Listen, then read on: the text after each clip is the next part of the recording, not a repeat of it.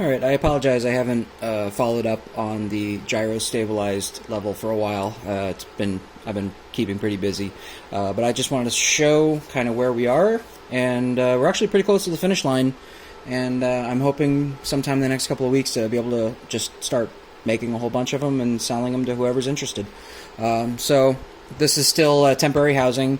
It's still just kind of serving as a temporary block. The actual design will probably be half as tall, and it'll have all of the buttons and inputs and everything all on the same side, so you can put it flush against your rig without worrying about accessibility.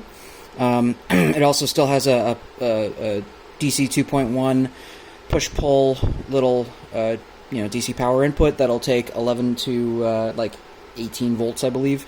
It'll also actually power off of a USB port, but that's not the intended use for it. But if you wanted to, that's something that you can do.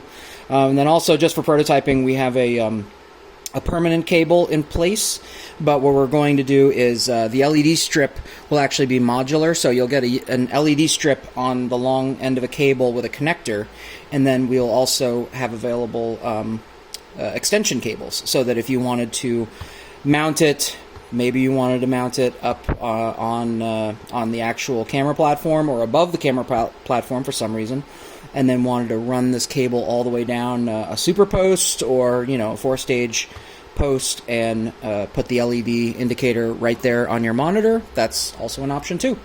And then power connectors, basically just a simple P-tap to DC power input. At this time, I don't think we're really considering doing Hiroshi or Limo. Mostly just to try and keep the cost low and affordable, and if you need additional power cables, that way you don't have to pay for extra ones. But here, I'll just show it off for you. So like I said, it powers off of USB for right now. We're going to it still does actual PTAP, but all of my cables are somewhere else while I'm trying to shoot this video. So just to kind of show you, that's just kind of mild acceleration, a little bit more drastic. Kind of flips out a little bit, but again, I have it set to 5 degrees, so it's just indicating that you're starting to kind of come off. Honestly, it's probably more to do with my hand kind of pulling it off the surface ever so slightly. And then just to show, you got left side, right side, and then also all of the IMUs actually have a little bit of drift to them. So if you've ever seen if your phone's ever told you to do that little figure 8 pattern, it's because the same IMUs are in here. They just kind of need to be recalibrated. And one of the things that we were finding with the other revision of this was that it was also suffering from some drift issues. So we went back to the workshop, and that's kind of why it took a little bit longer to develop this version of it. But we went back, and I'm not sure if I can create any of the drift, but let's just say you're doing lots of crazy moves all over the place. There, you can see it bullseyes right back on center. So one of the things that I noticed was I could roll it, push forward, and then also out, kind of activate all three sensors at once. And so what you saw there is that we did the movement. It knew, or it had the drift already in, and when I set it still, it now has a function where whenever it comes to a rest or close to a rest, it'll actually recalibrate the IMU, and when it powers on, it actually seems to be the most accurate for where horizon is. So it actually, there's actually some more stuff going on inside where it'll know if it's off axis and if it has drifted, and if it does, then it'll just rerun its recalibration program, and you wind up right back with dead center.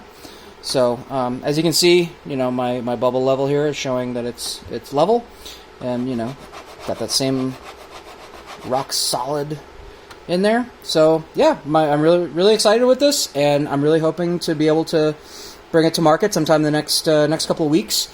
I'm planning on doing a run of maybe 3 or 4 prototype boxes to send out to some operators, just to get some in the field feedback. My hope is that I can just send them the prototype and they just say, yeah, it's done. But you never know.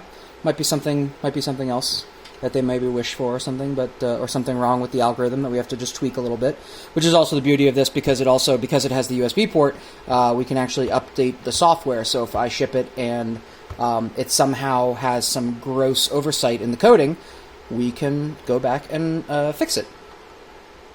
So yep, there you go. That's pretty much where we're at. I'm honestly just the name that I came up for this little doofy thing is probably going to be called the Big Boss Level.